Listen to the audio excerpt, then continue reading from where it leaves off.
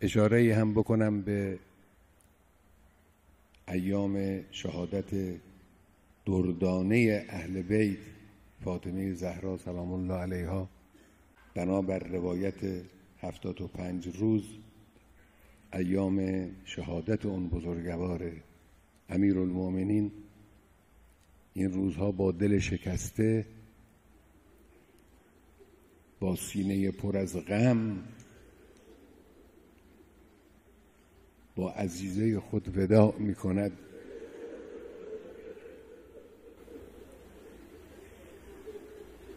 ودیعه گرانبهای پیغمبر رو به او بر می گرداند.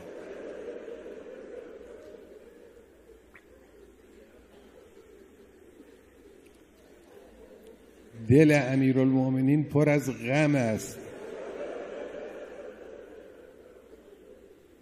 اما